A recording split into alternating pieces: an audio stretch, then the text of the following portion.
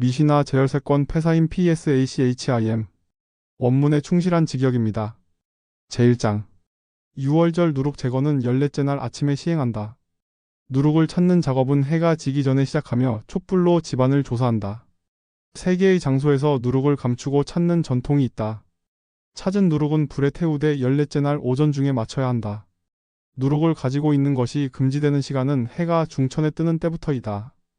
이 시간 이후에는 누룩의 이익을 취하는 것도 금지된다. 누룩은 버리거나 불태워야 하며 남겨두면 벌을 받는다. 공공장소나 광야에서 발견된 누룩도 처리해야 한다. 이방인의 집에서 누룩을 발견한 경우 유월절 기간 동안 첩근을 삼가야 한다. 사람은 유월절 전에 자신의 집과 창고를 정결하게 해야 한다. 제2장. 유월절 제물을 드리는 사람은 정결해야 하며 부정한 자는 제물에 첩근할 수 없다. 제물이 잘못된 의도로 드려졌을 경우 그것은 무효이다. 두 개 유월절 제물을 준비한 경우 둘 다 의도를 명확히 해야 유효하다. 제물을 드리는 자는 명확한 고백과 의도를 가지고 임해야 한다. 제물을 먹는 자도 동일한 정결 규칙을 따라야 한다. 제물을 드리는 장소는 예루살렘 성전이어야 하며 다른 장소에서는 무효하다. 제3장. 유월절 제물을 잡는 시간은 14째 날 오후이다. 제물을 잡은 후 피는 제단에 뿌려지고 고기는 굽는다. 불로 구운 고기는 해지기 전에 먹어야 하며 남기면 안 된다. 제물의 뼈를 부러뜨려서는 안 된다. 제물을 먹을 수 없는 자는 참여할 수 없으며 먹으면 죄를 짓는 것이다. 제사는 가족 단위로 참여하며 인원이 부족하면 이웃과 함께 참여한다. 제4장. 유월절 제물은 가족 명단에 등록된 사람만 먹을 수 있다. 다른 가족에 속한 사람이 먹을 경우 그 사람은 제사에서 제외된다. 등록된 사람은 제물이 잡히기 전까지 이름을 바꿀 수 있다. 제물에 참여한 사람은 그것이 잡히는 동안 현장에 있어야 한다. 제물을 잡을 때는 올바른 의식과 명확한 목적이 있어야 한다. 등록된 가족이 모두 부정하게 된 경우 제물은 무효가 된다. 제5장. 유월절 제물은 한 집에서 먹어야 하며 옮겨 다니며 먹을 수 없다. 제물의 고기는 굽는 방식으로만 조리해야 하며 물에 삶거나 익히면 안 된다. 남은 고기는 다음날 아침까지 보관하지 않고 불태워야 한다. 제물에 참여한 사람이 자리를 비운 경우 그 사람은 제물에서 제외된다. 먹는 도중에 잠들면 계속 먹을 수 없다. 제물의 뼈를 부러뜨리는 것은 금지되며 고의로 할 경우 벌을 받는다. 제6장. 누룩이 유월절 전에 혼합된 음식은 모두 폐기해야 한다. 누룩이 섞인 음식은 먹는 것도 금지되며 이익을 취하는 것도 금지된다. 누룩은 적은 양이라도 전체를 부정하게 만든다. 누룩을 불태우는 방법은 정해진 절차를 따라야 한다. 누룩이 제거된 후에도 남아있는 흔적이 있다면 제거해야 한다. 누룩이 들어간 그릇도 정결하게 처리되어야 하며 재사용 전에 정화되어야 한다. 제7장. 유월절 동안은 발효된 음료도 금지된다. 포도주, 맥주 등 누룩을 포함하는 모든 음료는 금지 대상이다. 이 음료들을 만드는 것도 유월절 전까지만 허용된다. 유월절 기간에 발효 음식이나 음료를 만들면 죄를 짓는 것이다. 이익을 위해 숨겨두는 것도 금지되며 발견되면 폐기해야 한다. 제8장. 유월절 전날까지 누룩을 제거한 후 특별한 기도를 드린다. 이 기도는 내가 알지 못하고 소유한 모든 누룩이 먼지처럼 사라지기를 원하나이다라는 선언이다. 기도는 낮에도 반복되며 집 전체가 정결해졌다는 확신의 표현이다. 기도를 드리지 않은 자는 누룩 소유의 죄책을 진다. 선언은 마음의 정결함과 순종의 상징이다. 제9장. 유월절에 들어갈 때는 정결한 몸과 마음으로 준비해야 한다. 불결한 자는 성전 지역에 들어갈 수 없다. 유월절 의식에 참여하기 위해서는 정결 의식을 반드시 거쳐야 한다. 몸에 부정이 있거나 부정한 것에 닿은 자는 정결을 위한 절차를 거쳐야 한다. 제물을 먹기 위해서는 정결한 상태를 유지해야 하며 위반 시에는 벌을 받는다. 제10장. 유월절 밤에는 자정이 지나기 전에 제사를 드려야 한다. 제물은 해가 지기 전에 잡히고 밤에 구워서 먹는다.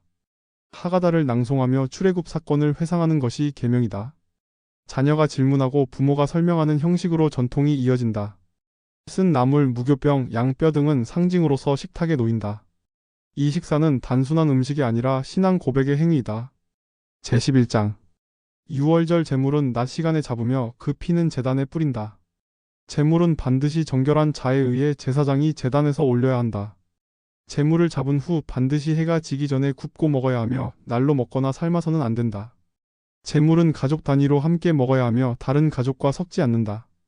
재물의 뼈는 부러뜨려서는 안 되며 남은 것은 아침까지 불태운다. 정결하지 못한 자는 재물을 먹을 수 없고 먹었을 경우 죄를 짓는 것이다.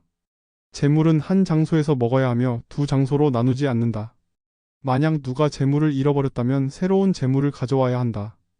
제사장이 실수로 피를 잘못 뿌렸을 경우 재물은 여전히 유효하다. 유월절 희생 재물은 성전 안에서만 잡을 수 있으며 예루살렘 밖에서는 불가능하다. 제12장 유월절에 부정한 자는 두 번째 유월절 이하르 14일에 재물을 드릴 수 있다.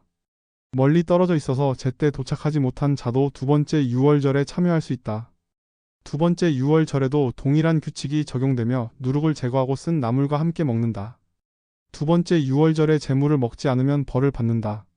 그러나 고의가 아닌 실수라면 죄책은 면할 수 있다. 재물을 먹지 않고 남기는 것은 금지되며 남은 것은 불태운다. 두 번째 유월절의 절차는 첫 번째 유월절과 동일하되 절기적인 축제는 아니다. 이 절차는 하나님의 긍휼과 회복의 기회를 상징한다. 제13장 유월절을 준비할 때 가족 구성원은 미리 계획하여 재물을 나누어야 한다. 너무 적은 인원으로는 재물을 다 먹지 못하므로 이웃과 함께 준비하기도 한다. 재물에 참여한 모든 사람은 의식적으로 참여해야 하며 무의식적 참여는 무효다. 아이들도 재물에 참여할 수 있지만 부모가 책임을 져야 한다. 미리 정해진 인원이 아닌 외부인이 재물에 참여하는 것은 허용되지 않는다.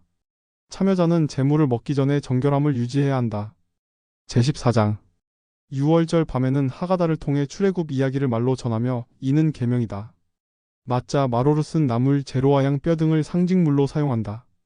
아이들이 질문하도록 유도하고 어른은 이에 응답하며 출애굽의 은혜를 설명한다. 네 가지 질문은 하가다의 핵심 요소이며 어린이 교육의 도구이다. 이 모든 것은 하나님의 구속 행위를 기억하기 위한 절차이다. 유월절 밤에는 기쁨과 감사의 찬양이 동반되어야 한다. 제15장 유월절은 단지 과거 사건의 재현이 아니라 오늘날 삶에서의 해방과 구속을 상기시키는 시간이다.